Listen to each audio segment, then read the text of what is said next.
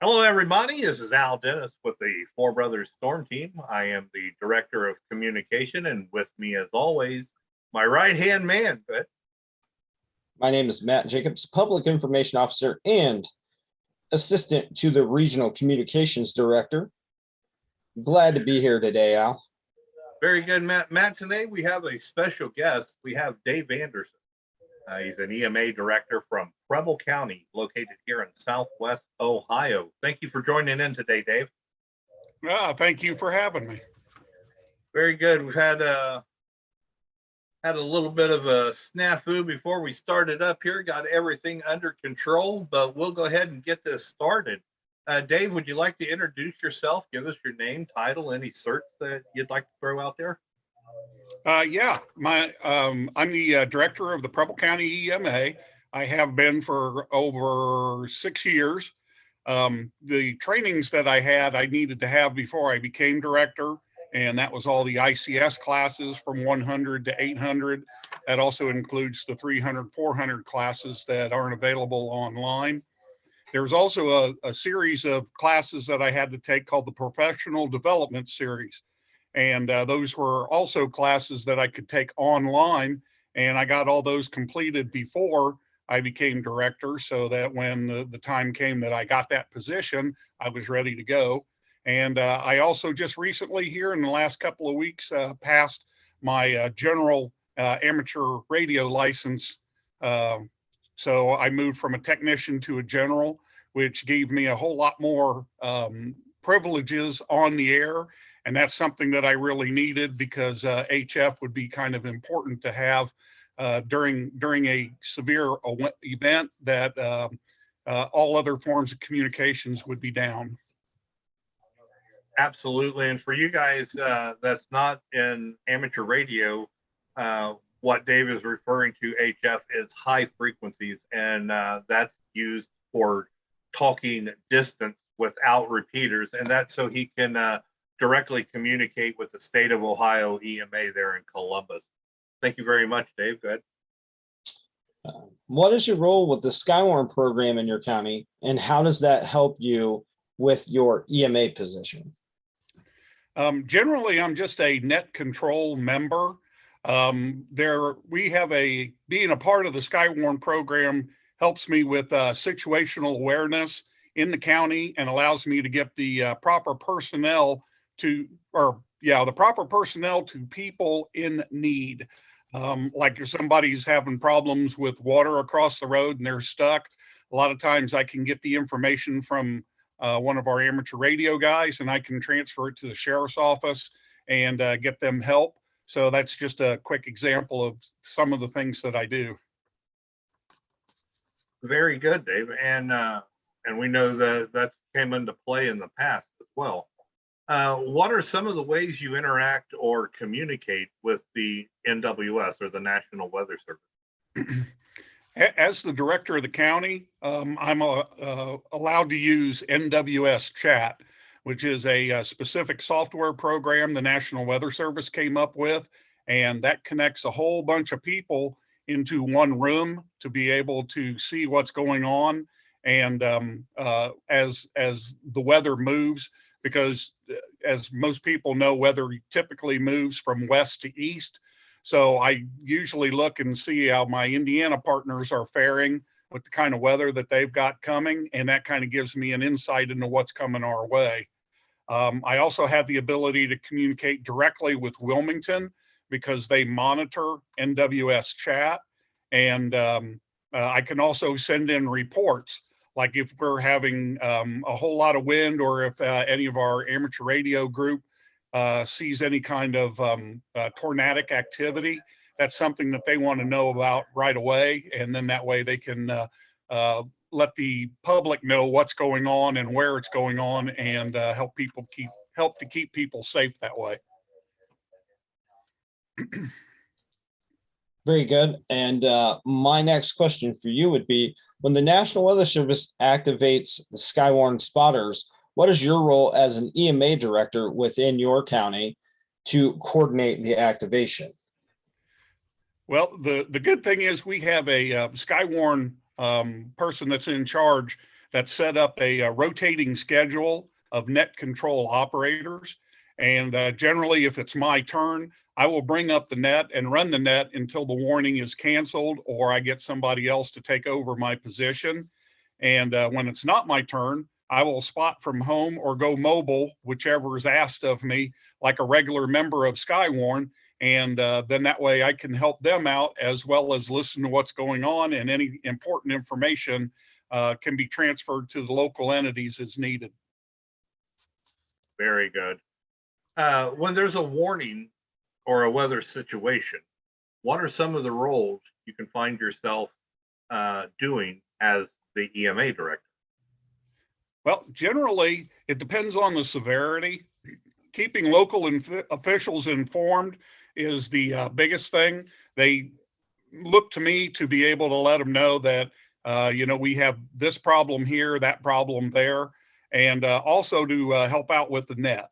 So, I'm just like a regular Skywarn person when the time comes, unless I'm net control. So, I get out there and do whatever needs to be done. Very good, very good. The next question would be, what are some training opportunities that people may find in your county in regards to weather preparedness or any other trainings that you may offer?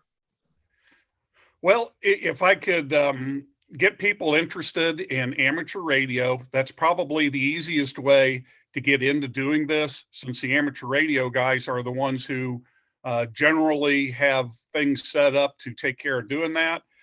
Also, they can help you get your amateur license. And then we usually have through the National Weather Service in Wilmington, weather spotter trainings. Because of COVID, they've been online lately, but generally they're in person. They are very helpful as far as showing you what it is you need to know. And even if you're not an amateur radio operator, you can still get your weather spotter certification. The thing is, you'll either have to text, email, or call in your report instead of just getting on the radio and passing it on that way. Very good. And Dave, you mentioned that you are an amateur radio operator, and congratulations on your upgrade to general. Outside of EMA, now just going with your amateur radio hat, what are some of the things you're involved with as a ham? Well, the biggest part is trying to be active within the group. The world of amateur radio has got so much to it. You can branch off in different directions. You can do different things. You just got to find what it is that you like. And there's so much to learn. It's kind of hard to keep up. So that's the biggest thing right there, is to try and be part of the group, help out the club, and try and learn new things every time we meet, and do different projects and stuff. Very well said. Very, very well said. I like that. And can you give us some of your biggest weather highlights you've been involved in as a ham or an EMA director, or even just in your personal life that you've been involved in? Well, probably the biggest one was back in 2019. There were 3 EF1 tornadoes that touched down within Preble County. One of them was on the west side of Eaton, and there was 2 that touched down in locations in West Alexandria. Thankfully, there was only minor damage done to it. I believe all the people that had damage done to their house, it was exterior damage with no broken windows, so they could still stay there. And the best thing is there were no actual injuries because of that. That just is kind of a reminder that it can happen anytime, anywhere. And so we all need to be prepared for it.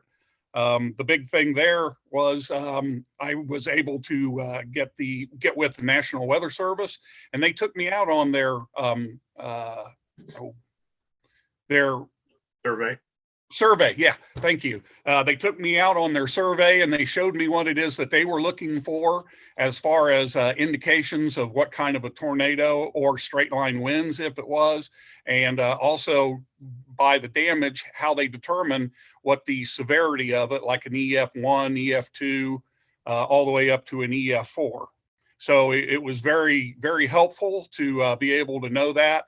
And that also works out well too, because if something should happen, I'm probably going to be the first one on scene, and I can let the Weather Service know, yes, this was a major tornado. You guys need to get up here right away and check it out. Or no, it was a minor tornado. Here are some pictures. If you want something else, let me know, and possibly save them a trip.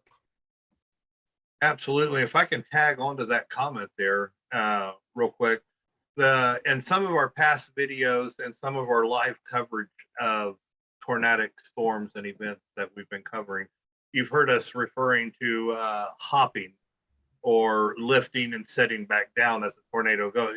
The tornadic storm travels over a long, vast area, but the tornado itself doesn't always stay on the ground. It lifts, or also referred to as hop. And one of the tornadoes he was talking about, now, for you guys who don't know, me and Dave don't live far away, and I am part of the Preble County Amateur Radio Emergency Services and Skywarn. Me and him, as well as the director of the Skywarn, Don, the three of us are the net control. But the one storm that came through West Alexandria is referring to, it did hop and come back down and land not far from my house here in western Montgomery County.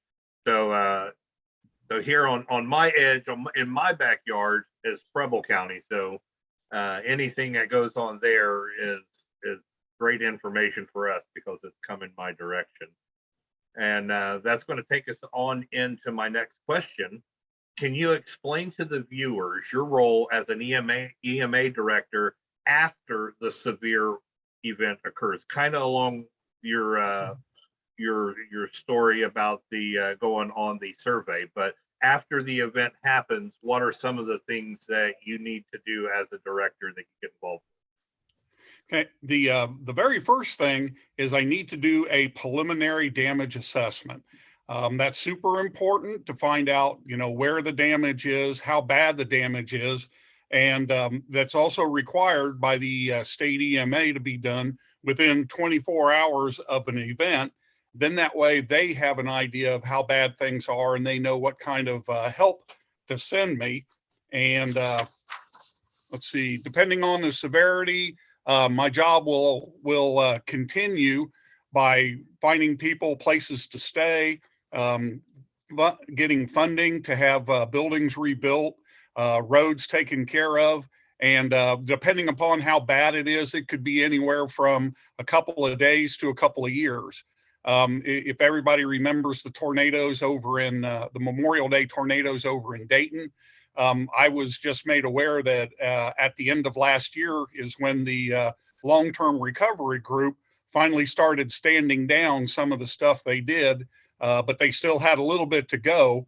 So, that was several years that it took for people to get back to where they need to be. And our last question for you today, Dave, would be, what is something you would like the viewers to know, not only about the Skywarn program, but what is the importance of your role as an EMA director? Why does your job impact them? Well, basically, my job is to get them back to what's considered a new normal. And to do that, having them help me out is more important than ever, because being a one-person shop up here, I don't have a lot of people that can go on out and help. If I were to ask anything of anybody, is try and become a volunteer. You can volunteer with your local fire department, your local EMS squad. For 10 years, I was a volunteer for my EMS squad in New Paris, where I live.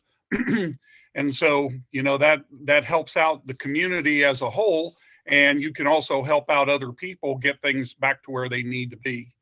So truthfully, if people are interested, they need to volunteer. That's the biggest thing that I could ask people to do, because there's never enough people to do the jobs that they do. So it's very few of us that take care of quite a bit. And unfortunately, I'm starting to get older, and it's getting a little hard for me to do all that I used to be able to do, and some new young blood needs to get taught how to be able to take care of this, to be able to take over for me.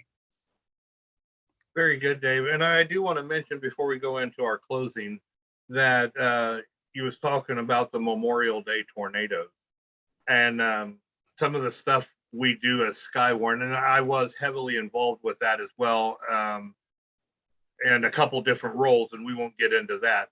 But at Preble County, and I believe you was on the air that night as well, correct, Dave? Yes. We was actually monitoring this situation from Newcastle, Indiana, as it came through Wayne County, came over Preble County, and right on the other side of the Preble County line road is the small town along I-70 called Brookville, and that's where the tornado set down and became the EF4 Memorial Day tornadoes that tracked all the way through Montgomery County into Greene County. So as an EMA director, as you know, even back up from that, as a Skywarn individual, we was already monitoring that system as it was going through our area, and Dave was already on alert in case it was to set down in Preble County. We already had people. It was a nocturnal storm, so we don't go out and chase nocturnal storms at night, just because of the danger that it imposes. But afterwards, we did have a few hams that got out and did assist with some stuff post storm. But with that, really quick, Al, I did want to add too, and I know that we are a weather team, so we're talking about the weather side of things, but the role of an EMA director, period, and any kind of chemical spills, any, terrorist activities. I mean, there are 1,000,001 things that an EMA director will do in a day. So I know we were kind of more along the lines of weather today, but I just wanted to say, don't sell yourself short, Dave. You do have a very important role as an EMA director. Yeah, you're absolutely right. Anytime there is any kind of a disaster within the county, it could be flooding, it could be chemical related, or it could be homegrown terrorism. That's something that I would be involved in. And the other hat that an EMA director has is the Home Depot hat. Most communities don't have enough of the resources that they need to be able to take care of something if it's a catastrophic event.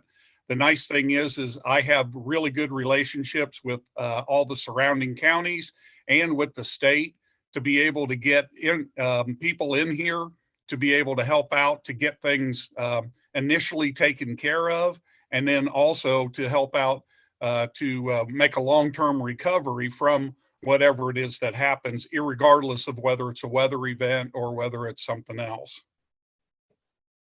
very, very good. And yeah, the emergency part of EMA kind of opens the field for what you're involved with. Dave, we really do thank you for all that you do, not only as the EMA, but you volunteering, because it is not a requirement, but volunteering to do all that you do, not only with Skywarn, but with the Preble County Amateur Radio Association as well.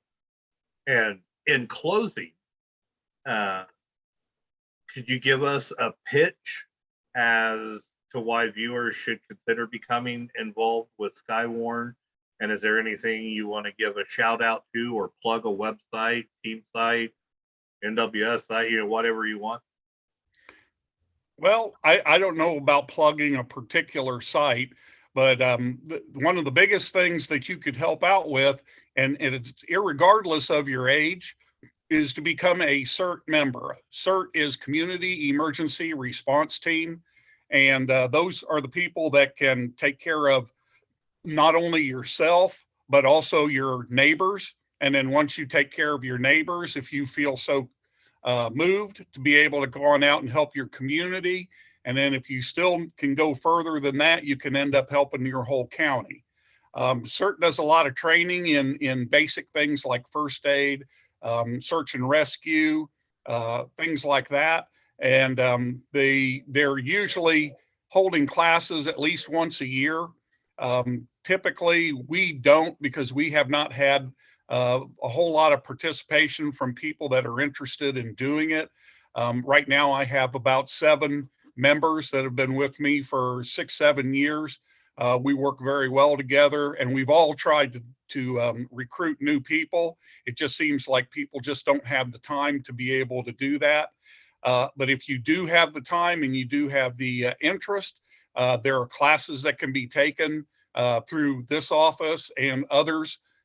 Brookville, Ohio has a very strong CERT team, and they would be a good place to get started. Even though if you live up in this area, you can do that. But if not, you can always come up here and help. And then the amateur radio side of that would go hand in hand with the CERT team.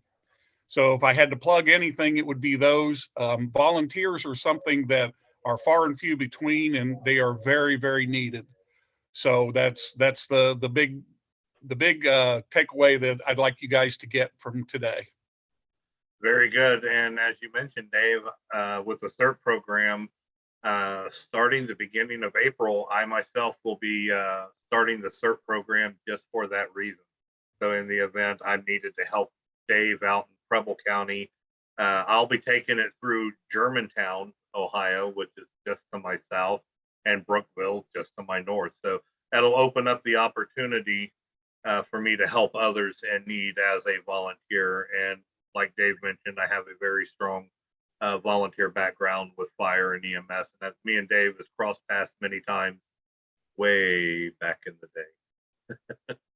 day at local hospitals. But that's all I have to say. I'm going to kick it to Matt real quick. Dave, as always, we appreciate it greatly, you being here today. And I want to echo your sentiments about not only being involved with just the Skywarn program, but CERT and amateur radio. It is a very easy way to make a big impact on your community as a whole. I know people like to say they're too busy for a lot of stuff anymore, but honestly, it is not a requirement that every time CERT is dispatched that you have to go out. But not only that, but having that training. So if worst case scenario, something happens within your own household, you have first aid, CPR, and I do believe they teach, is it the defibrillator training? Yeah. Through CERT. So you would have all that knowledge to, even if you never went out with CERT, you would have that training just within your own household to be able to possibly take life-saving measures for your own family. Absolutely. Very well said. Absolutely, Matt. And like I said, an emergency response does not mean an F4 tornado, a whole county flood, a blizzard, any of that. Emergency tornado can be a simple emergency within your house. The word emergency has a vast scale. Like an EF0 or EF1, it's not a big tornado, but it's a ginormous tornado if it's hitting your house at that time. I'm going to go ahead and sign out here for now. And again, Dave, we really do thank you for all the information you brought and taking a little bit of time out of your day to help us with this video and to bring some light onto Skywarn and EMAs that all the counties have, kind of the unsung heroes from behind the scenes. Again, thank you very much, Dave. Yep. Thank you for having me. I appreciate it. Very good. This is, like we said, the Four Brothers Storm Team. You can check us out on our YouTube page right above me here at Four Brothers Storm Team. You can look at us on Facebook. Now, on Facebook, we do put a lot of stuff on there with forecasting, things along that line, as well as other tidbits of information. Now, we are going to, before we sign out of here real quick, Dave just thought of this, and we even talked about this. But this coming week, this next week, something kind of important going on. Would you like to talk about that? Yep. This week from the 20th to the 26th is the State of Ohio Severe Weather Awareness Week. We will be on the radio doing a simulated tornado touchdown test of the Skywarn system, and that will be on the 23rd at 10 minutes until 10 at 9:50.